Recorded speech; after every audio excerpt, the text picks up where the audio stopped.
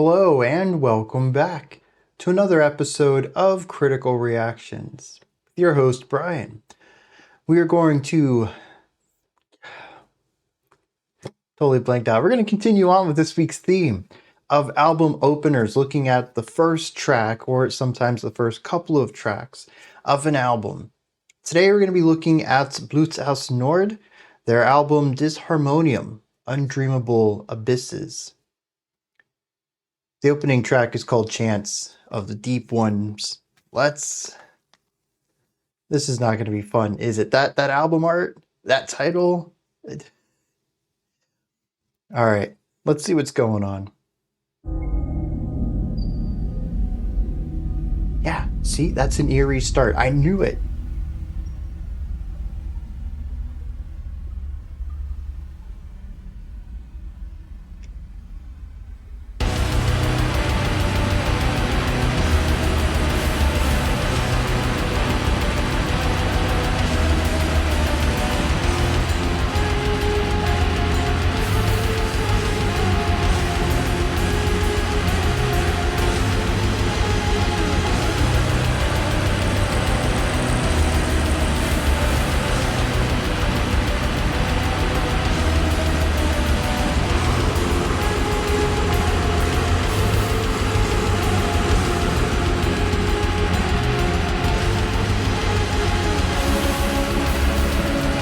So I think we're in 5/4, but it's in groups of like 6 and 4.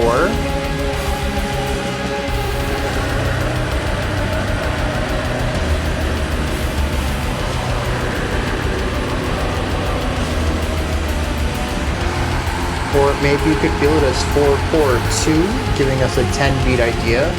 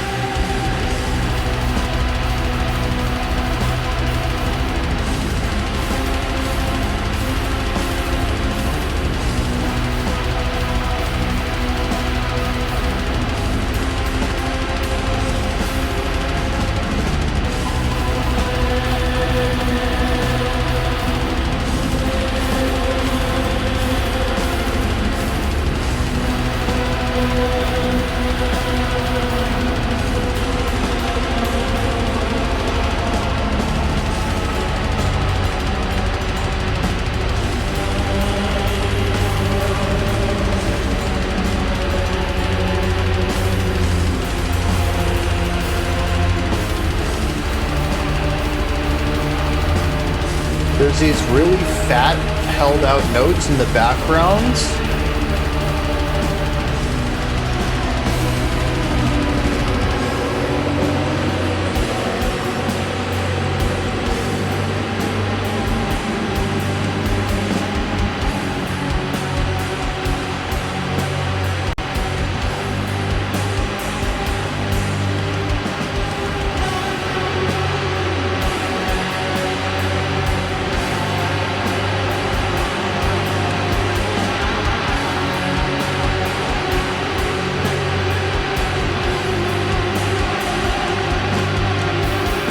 Wait, when did we shift to 9?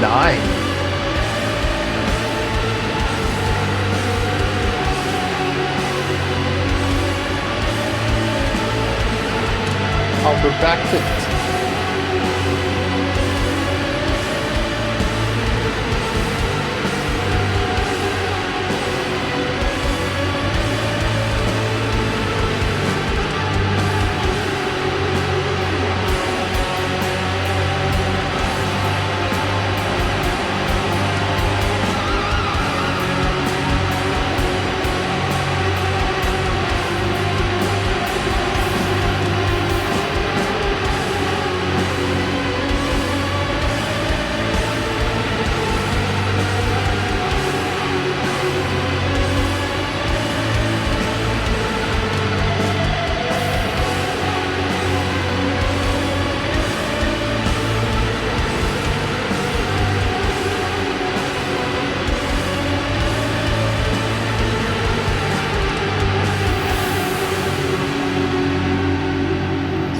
Fun little electronic sound there, a little phaser thing.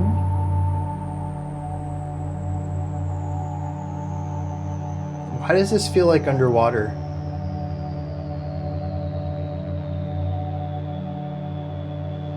Oh, I wonder if it's because it's kind of sonar-ish.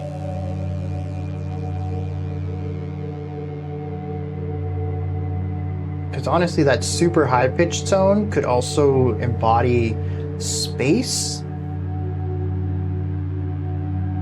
but I still get like an ocean vibe instead.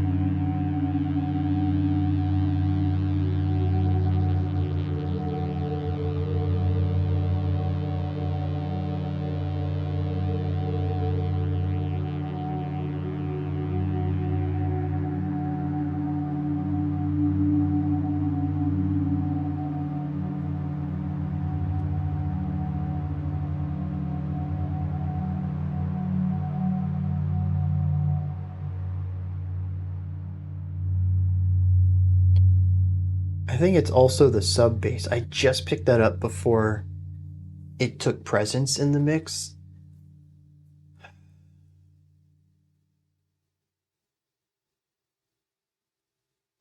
I'm actually curious about this now. I started to think about, what does space music sound like? Not sci-fi in particular, because sci-fi is very French horn coded these days. But I mean, just like the concept of space. When you hear music and you're like, dude, that sounds spacey. What makes it spacey? Why did this sound watery to me? Because I think there's a lot of overlap there. And I don't have the knowledge to really know why I can tell the difference between the two. Or I guess another way to say that is, I don't know why I interpret specific sounds one way and similar but different sounds another. What makes them different to alter my gut interpretation of them? If anyone has come across any essays or videos about spacey music versus watery, particularly ocean music, because they both embody dark depths that are far from human comfort into environments we're not designed to be. And I think that's why there's a lot of overlap there. But I'm curious if anyone has figured out or put into words where the subtle differences are and why people might interpret specific sounds or ideas one way versus the other. If you have found anything like that, please put it in the description. I'd love to read it or watch the video. very interested in that topic right now. It's one of those things you just kind of take for granted, right? You listen to something, you're like, ah, yeah, very spacey. You just kind of take it as a matter of fact, but like, why? Why? Why do those sounds make me have that specific idea attached to it? Um,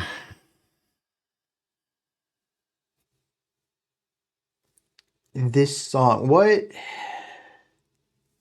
do I even talk about, dude? Like, rhythm. Let's start there. Something concrete that I can focus on. This track started in 5/4.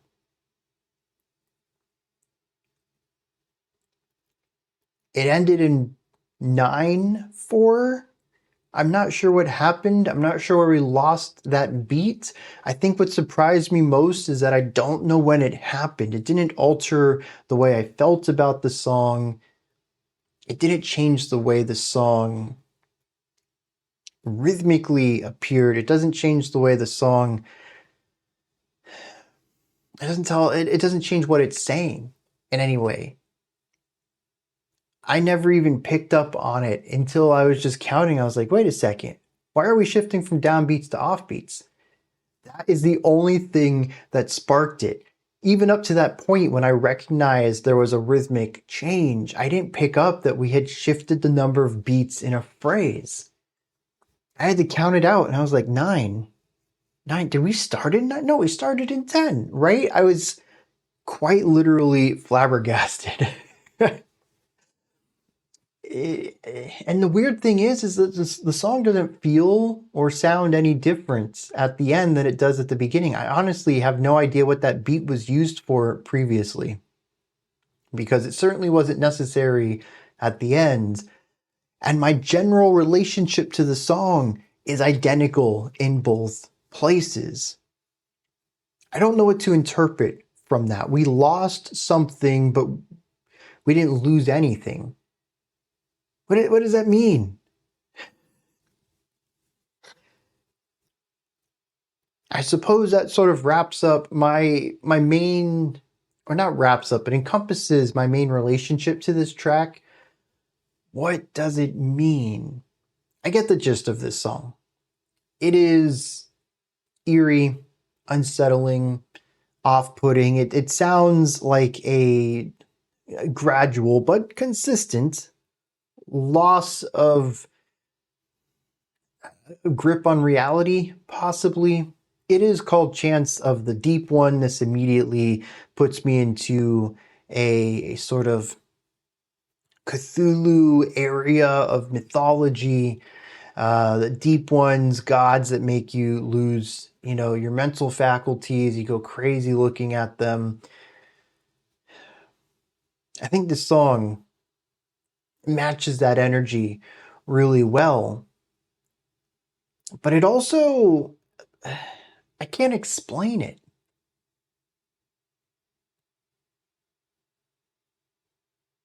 I don't know how it does what it does. What it does is pretty clear. It sounds like psychosis, but how?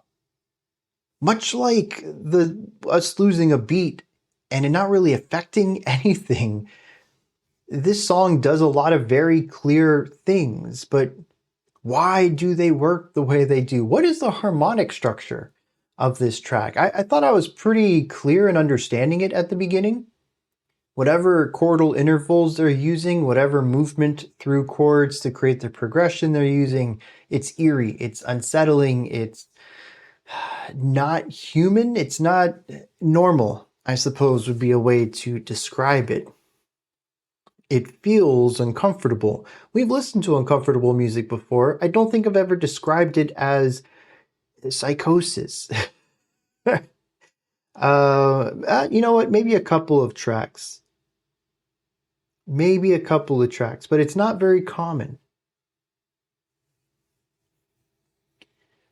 There's also harmonic movement, but I can't tell you where or when it happens. Emotionally, I think it's pretty similar throughout, but it does grow in intensity from the harmonic qualities, but not from the harmonic layer. The general chords that we hear throughout most of this track, they're not really changing. I don't feel an emotional intensity rising from that in particular, but there's no melody. Rhythmically, we don't have a lot of diversity there.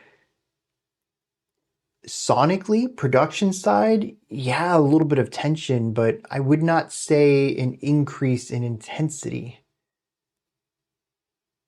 There's more layers in the production, but it doesn't change the emotionality of the track. Why does it become so intense? I honestly don't know. It's another one of those things where I can see it. I just don't know how to interpret it. I don't know what it means. How did they do this?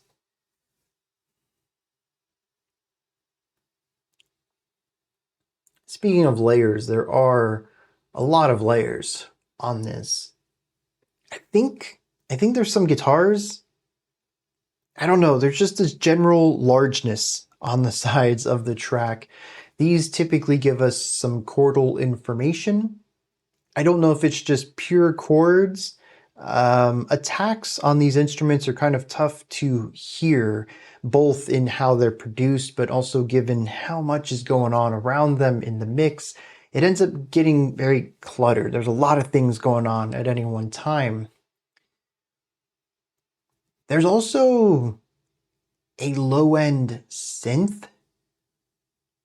in most of this that I didn't even notice for a while. It's not necessarily that it's hidden in the mix. There's just so much happening. It's easy to overlook some stuff. And actually, now that I think about it, I wonder if there isn't more in here that I missed off of a first-time listen. We do have chordal information from this. It tends to just hold out notes for an entire set of time. I was going to say a bar, but I think it's more along the lines of 4 beats. And there's nothing in here that would work with that. If we're looking at the 5/4, well, we're just a little short. If we're looking at the 9 that we get at the end, well, we can fit 2 of them in there, but then we have this little bit extra remaining. So I actually don't know how these chords work against the general pulse of the track. I'm going to stick with the idea that they're whole notes, though, that they take up 4 beats. But I have no idea how that works with the rhythmic component of the track. But I also don't hear a pattern to this either. Sometimes there's leading tones where you'll have a note between the 2 longer held out notes, like da, da, da, that high pitch that comes in, or sometimes it's intermediate. It'll be between the 2 pitches. Sometimes they have it, sometimes they don't. Sometimes there's descending patterns, sometimes there's ascending patterns, sometimes there doesn't seem to be any movement pattern at all. It just, one note will be higher, the other note will be lower, and I can't find any pattern to when that happens. It's a synth that just changes notes, but follows a harmonic movement. The emotionality and atmosphere of this track isn't random. It is exceptionally consistent. That really doesn't change at all. It's not like this song just randomly becomes happy or sad at any moment. It constantly feels on the edge of interpretation. And you would think a static atmosphere requires static harmonic information, and yet I can't find a pattern to the main harmonic device here. I don't get this. It's there. And it's like water slipping through my fingers. I can hold on to it for a moment, but I can't have it.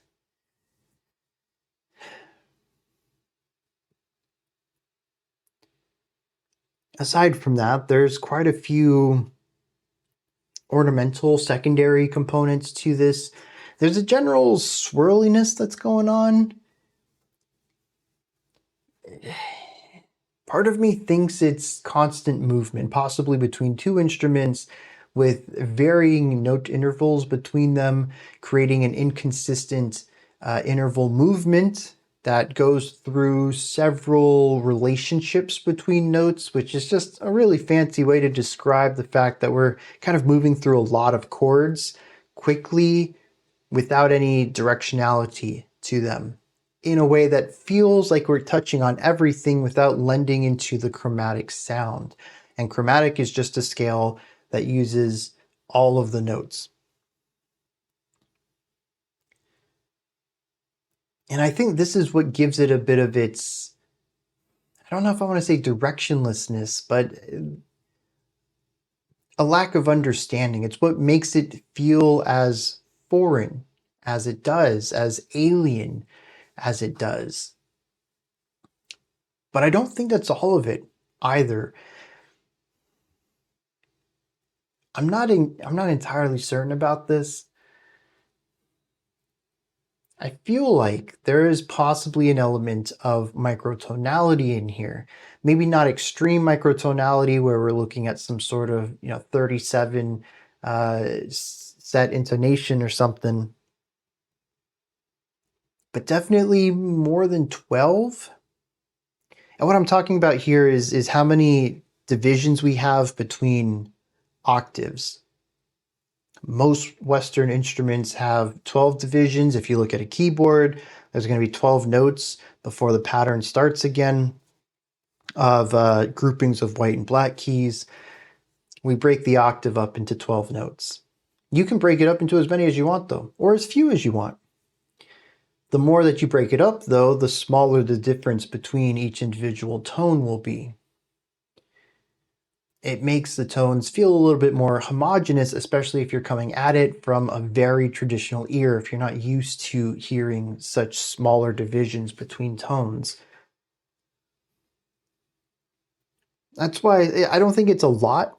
I think it's got to be more than 12, maybe like 15 or something, just enough to feel off, to feel different, but not enough to feel microtonal, like that distinctly microtonal harmonic component. I don't know. It's so bizarre. There's nothing to latch onto in this track. There are no landmarks. There's nothing that I find familiar besides maybe the rhythmic component. The drums are giving a pretty straightforward beat.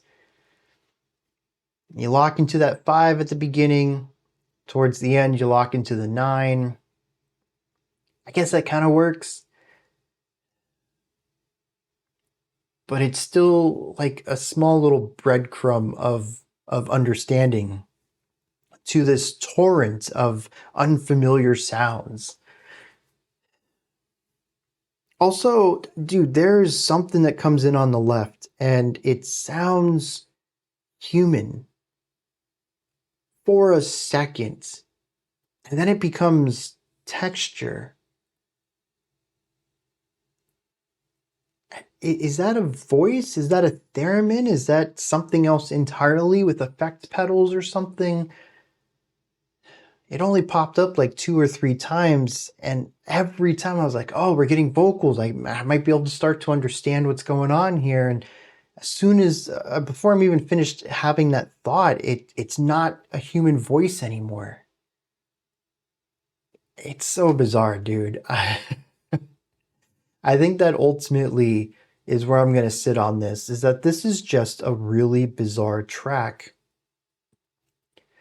that does what it does very well. I mean, assuming that this is a song written for the deep ones, ancient cosmic gods that rest below the ocean's surface. I feel that.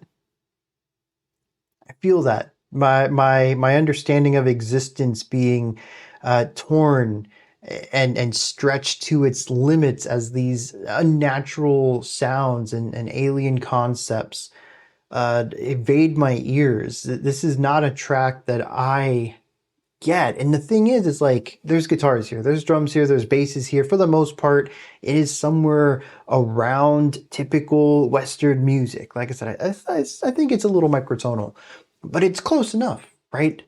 all the pieces I recognize. Just when they put them all together, the final puzzle makes no sense to me. They're using all of this in, I don't know if I would say unique ways. I don't know if I'd put this quite into the realm of avant-garde. I think most stuff is still used in rather traditional ways of harmony, rhythm, and there's not really much melody in here, but harmony, rhythm, and texture. It's just the end result, the way that all the layers come together, the way that the chords come together, it's otherworldly. And they do a fantastic job of crafting that sound out of human tools. I was going to say that this is the end. I want to go see if there are lyrics. I don't think there will be. I didn't catch much in the way of words on this track, but rather be safe than sorry. Let me look up some lyrics. Well, if there are lyrics, I can't find them. They're hidden on the internet or maybe not even put up there at all. So let's wrap this up. These are my thoughts on Blut Aus Nord's Chants of the Deep Ones. What did you think of this track? Is there anything that stood out to you? Anything that you would like to add on to what I said or correct me on? Do you have your own take, perspective, or opinion on this track? Do you have your own, I don't know. What did this track make you feel? I'm at a loss for words, man. This is wild. Put all of that and anything else you'd like to add into the comment section below. Above that, in the description box, you'll find a link to Linktree. Takes you here. You can find links to my music, ways to support the channel, a link to the Discord server, and so much more. Above that, if you could, like, subscribe, and ring the bell. I greatly appreciate all three of those. That wraps it up for today. I'll be back tomorrow, though, 5 p.m. Eastern Standard Time, 10 p.m. UTC as usual. Until next time, remember to be critical, not cynical, of the music you listen to, and have a fantastic morning, afternoon, or evening, whenever you choose to watch my videos.